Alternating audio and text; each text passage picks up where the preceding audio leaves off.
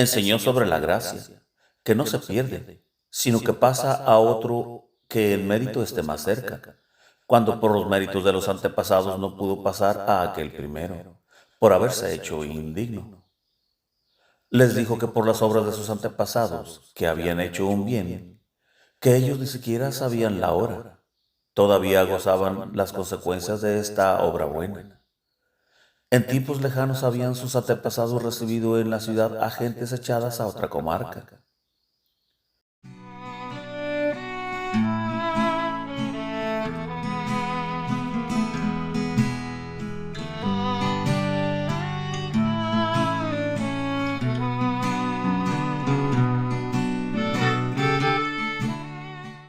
Ana Catalina Emery, Visiones y Revelaciones Completas.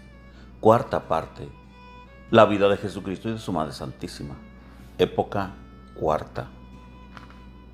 Desde la conclusión de la primera Pascua hasta la prisión de Juan Bautista. 4. Jesús con varios discípulos en el camino de Tiro. Cuando los 2 discípulos mandados por Jesús a Cafarnaúm regresaron a Sichor, le anunciaron el arribo de los 4 discípulos mandados a buscar. Jesús les salió al encuentro en un camino de 3 o 4 horas, a través de una montaña, y se reunieron en un albergue en territorio de Galilea. Además de los llamados, había otros 7, entre ellos Juan y algunas mujeres, entre las cuales reconocía a María Marcos, de Jerusalén, y a la madre de una hermana del novio Natanael, de Caná. Los discípulos llamados eran Pedro, Andrés, Santiago el menor y Natanael Chacet. Cuando ya oscurecía, anduvo Jesús con estos 4 y los otros discípulos de vuelta a Sichor. Los otros 7 no llamados volvieron a Galilea. Era una noche espléndida de verano. El aire estaba perfumado y el cielo sereno, tachonado de estrellas. Caminaban unas veces juntos, otras uno delante y los demás detrás, y Jesús en medio de ellos. Descansaron una vez bajo árboles cargados de frutas, en una comarca muy fértil y de ricas praderas. Cuando volvieron a andar, se levantó una bandada de pájaros que había volado encima de ellos hasta allí. Eran grandes como gallinas, tenían picos colorados y grandes alas negras, como las que suelen pintar a los ángeles, y emitían un clamor como una conversación. Estas aves volaron hasta la ciudad, donde se posaron sobre unos juncos de las aguas. Yo los veía recorrer sobre la superficie. Era hermoso ver, en esa noche tranquila, cuando Jesús callaba, oraba o enseñaba, cómo callaban también esas aves y se posaban tranquilamente. De este modo siguieron a la caravana de Jesús a través de la montaña. Simeón le salió al encuentro, lavó los pies a todos, les dio una copa y una refección, y los llevó a su casa. Los pájaros pertenecían al dueño de la casa y revoloteaban allí como las palomas. Durante el día enseñó Jesús aquí y por la tarde celebraron el sábado en casa de Simeón. Además de Jesús y los discípulos, se habían reunido unos 20 judíos. La sinagoga se hallaba en un porticado subterráneo, tenía escalones y estaba muy bien ordenada. La casa de Simeón estaba en una elevación. Precedía a la reunión un cazador, que leía y cantaba. Después enseñó Jesús. Jesús y los discípulos descansaron en esa misma casa. Durmieron pocas horas porque, muy de madrugada, los he visto ya en camino a través de sendas tortuosas, en dirección a una pequeña ciudad en la tierra judía de Chabul.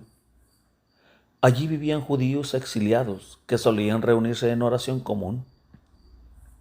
Los fariseos no los querían admitir en sus reuniones. Habían tenido largo tiempo el deseo de ver a Jesús entre ellos, pero no se estimaban dignos y por eso no le habían mandado mensajeros. Dados los muchos vericuetos del camino, anduvieron como 5 o 6 horas de camino. Cuando se acercaron a la ciudad judía, se adelantaron algunos discípulos para anunciar al jefe de la sinagoga la llegada de Jesús. Aunque era sábado, hizo Jesús este camino porque en estas comarcas no observaba Jesús estrictamente este precepto cuando había alguna necesidad. Se fue a los jefes de la sinagoga, que le recibieron muy humildemente. Les lavaron a él y a sus discípulos los pies y les dieron alimento. Después se hizo llevar a todos los enfermos y sanó a algunos 20 de ellos. Entre ellos había algunos completamente encorvados, baldados, mujeres con flujo de sangre, ciegos, hidrópicos, muchos niños enfermos y algunos leprosos. Estando en el camino clamaron algunos endemoniados, y Jesús los libró. Todo procedía con orden y en silencio, sin tumulto. Los discípulos ayudaban a levantar a los enfermos, instruir a las gentes que los seguían, y se agolpaban a las puertas. Jesús exhortó a los enfermos a creer antes de sanarlos y a mejorar de vida. A otros que eran creyentes los sanó sin más. Levantó los ojos en alto y oró sobre ellos. A algunos los tocaba y a otros pasaba las manos sobre ellos. Lo he visto bendecir el agua y rociar con ella a las gentes, y hacer rociar las casas con el agua. En una de estas casas tomaron Jesús y sus discípulos algún alimento. Algunos de los sanados se levantaron y se echaban a los pies de Jesús. Le seguían luego como en una procesión y a la distancia, con temor reverencial. A otros les decía que se quedasen en su lugar. A algunos les mandó bañarse en el agua que él había bendecido. Eran niños y leprosos. Luego fue a un pozo de la sinagoga y lo bendijo. Para esto bajó algunas gradas y echó también sal, que había bendecido. Enseñó aquí sobre Eliseo, que cerca de Jericó echó sal a las aguas para sanarlas, y dio el significado de la sal. Dijo que los enfermos se lavasen con las aguas de este pozo cuando tuviesen necesidad. Cuando bendecía, lo hacía en forma de cruz. Los discípulos le sostenían a veces el manto que él quitaba y le alcanzaban la sal que él echaba en las aguas. Todo esto lo hacía con seriedad grande y santamente. Yo recibí en esta ocasión la advertencia de que los sacerdotes recibían la misma facultad y poder de sanar. Algunos enfermos eran traídos en camillas y él los sanaba. Jesús llevó a cabo una enseñanza más en la sinagoga y no tomó alimento. Todo el día lo empleó en enseñar y sanar enfermos.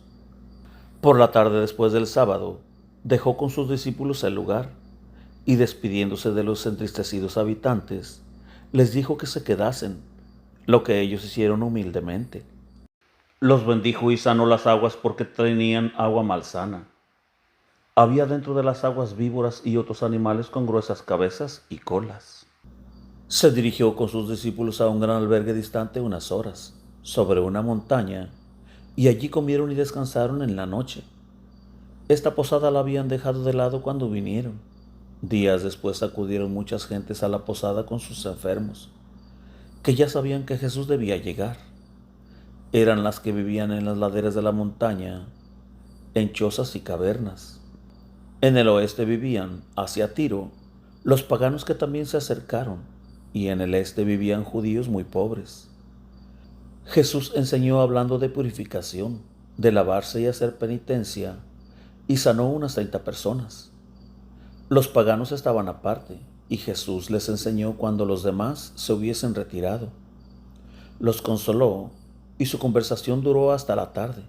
Esta gente tiene pequeñas huertas y plantaciones en torno de sus cuevas, y se alimenta de leche de oveja, con la cual hacen quesos que comen como pan, y de las frutas de sus huertas y otras frutas silvestres que venden en el mercado. Llevan agua buena en recipientes a lugares y ciudades donde se detuvo Jesús ayer. Había muchos leprosos, y Jesús bendijo las aguas, mandándoles que se bañasen en ellas. A la tarde llegó Jesús de vuelta a Sichor Limnat, donde enseñó de nuevo, y dijo que al día siguiente bautizaría allí. Había en la gran casa de Simeón una fuente redonda y bastante plana rodeada de un borde hundido, donde afluían las aguas sobrantes. El agua tampoco era buena aquí, tenía un sabor desagradable, y Jesús la bendijo. Echó dentro sal como pequeñas piedras, ya que muy cerca había una montaña salinosa. En esa fuente, que se llenó de agua y se vació repetidas veces para purificarla, se hizo el bautismo de unas 30 personas. Se bautizaron el dueño de la casa, los hombres de sus familias, otros judíos del lugar, varios paganos de los que habían estado antes con Jesús, y algunos de los esclavos de las chozas, con los cuales había hablado frecuentemente cuando volvían del trabajo. Los paganos tuvieron que esperar el último turno y hacer antes otras abluciones. Jesús había echado antes en el agua de la fuente un poco de aquella agua del Jordán que traían siempre en los viajes, y bendijo las aguas. Se había dejado también agua en los canales transversales, de modo que los bautizandos podían estar en el agua hasta las rodillas. Jesús enseñó y los preparó durante este tiempo. Los bautizandos aparecieron con mantos largos, oscuros, con capucha sobre la cabeza, especie de vestidos de penitencia. Cuando llegaban a la excavación donde estaba la fuente, se quitaban el manto, permaneciendo cubiertos hasta la mitad del cuerpo, con una especie de escapulario que les tapaba el pecho y las espaldas, y les dejaba libres los brazos. Uno de los discípulos le ponía las manos sobre la cabeza y otros sobre la espalda. El bautizador derramaba varias veces el agua sobre la cabeza con un recipiente pequeño, sacando agua de la fuente, en nombre del Altísimo. Primero bautizó a Andrés, luego Pedro y más tarde Saturnino. Los paganos fueron bautizados a continuación de los judíos. Todo esto duró hasta la tarde. Cuando la gente se hubo retirado, iba Jesús caminando apartado de sus discípulos, saliendo del lugar y reuniéndose de nuevo en el camino. Se dirigieron por el oriente, a Adama, cerca del lago Merón. Descansaron durante la noche en una pradera de mucho pasto, bajo los árboles.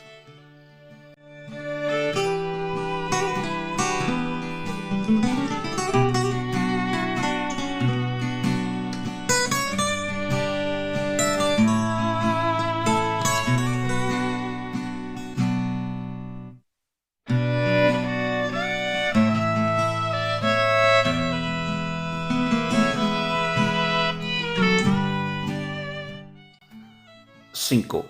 Jesús en Adama, en el jardín de la gracia.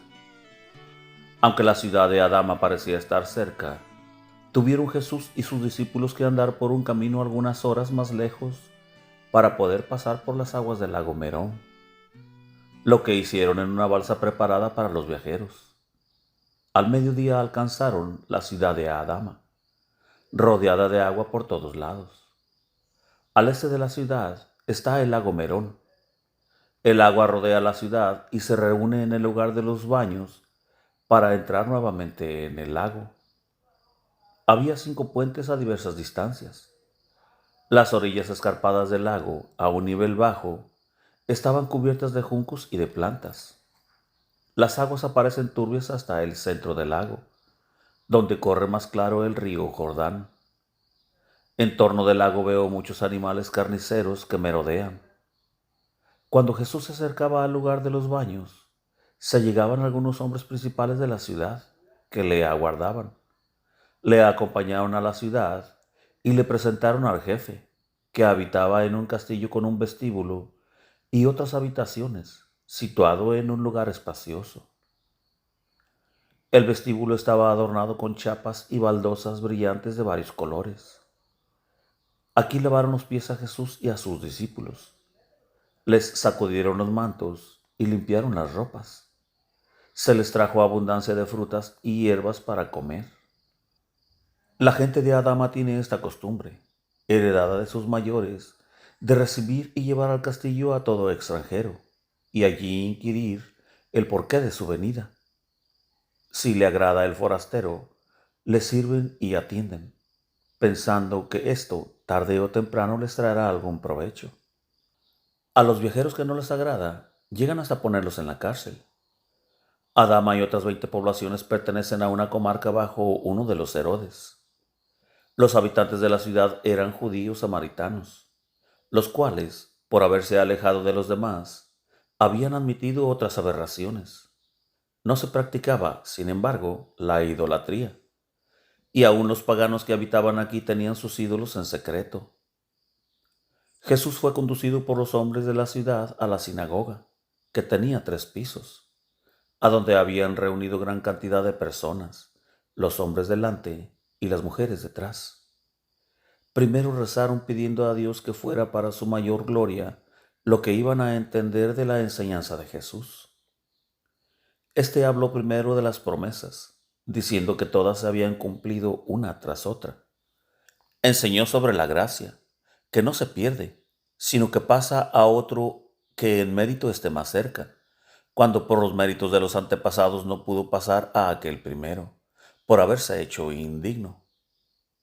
Les dijo que por las obras de sus antepasados, que habían hecho un bien, que ellos ni siquiera sabían la hora, todavía gozaban las consecuencias de esta obra buena.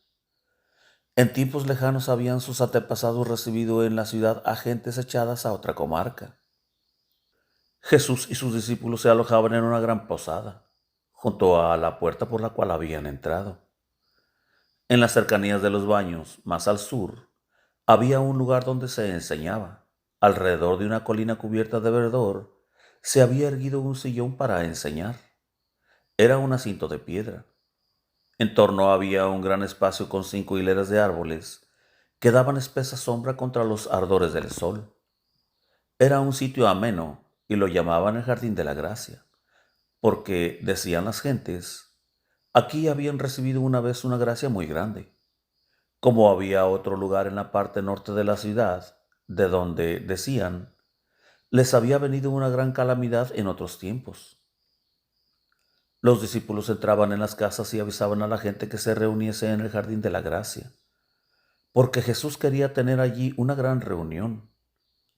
La tarde anterior había tenido lugar un banquete en un pórtico abierto de la casa del jefe de la ciudad, donde se congregaron unas 50 personas principales en 5 mesas. Jesús tomó asiento con el principal y los discípulos se distribuyeron entre los demás comensales. Creo que Jesús y sus discípulos habían contribuido con algo en esta comida. Sobre las mesas se veían montones de fuentes con viandas. Jesús enseñaba durante la comida y a veces se levantaba e iba de una mesa a otra, conversando con unos y otros. Sobre las mesas habían colocado arbolitos en macetas. Cuando se levantaron y dieron gracias, quedaron estas plantas sobre las mesas y todos los comensales se reunieron en torno de Jesús, en semicírculo. Tuvo con ellos una conversación y los invitó por la mañana para un gran sermón en el lugar llamado de la Gracia. Al día siguiente, a eso de las 9, se dirigió Jesús con sus discípulos al sitio indicado, donde ya se habían reunido más de 100 personas de las principales de la ciudad, bajo la sombra de los árboles, y en círculos más alejados, cierto número de mujeres. Andando, pasaron por el castillo del jefe de la ciudad, que con gran aparato y en traje de etiqueta, se dirigía al lugar de la conferencia. Jesús le dijo que no lo hiciera con ese aparato, sino que fuese allá como los demás hombres, vestido de largo manto y en traje de oración y penitencia. En efecto, estos hombres vestían mantos de lana multicolores y una especie de escapularios cruzados sobre el pecho, sujetos por los hombros con unas correas angostas que caían por las espaldas en tiras anchas y largas. Estas tiras eran negras y sobre ellas estaban escritos en diversos colores los 7 pecados capitales. Las mujeres estaban con la cabeza cubierta. Cuando Jesús llegó al sillón, la gente hizo una inclinación profunda e irreverente. El jefe y los principales se colocaron cerca del sillón. Los discípulos tenían también cierto número de oyentes aparte, entre ellos mujeres, y les enseñaban las cosas oídas a Jesús. Jesús levantó los ojos al cielo y oró en voz alta a su Padre, del cual viene todo bien, para que entrase la enseñanza en los corazones contritos y dispuestos, y mandó a la gente que repitiese con él su plegaria, cosa que hicieron todos. Su gran sermón duró sin interrupción desde las 9 de la mañana hasta las 4 de la tarde. Se hizo una pausa solamente cuando trajeron a Jesús una bebida en una sopa y un poco de alimento. Los oyentes iban y venían conforme tenían sus ocupaciones en casa.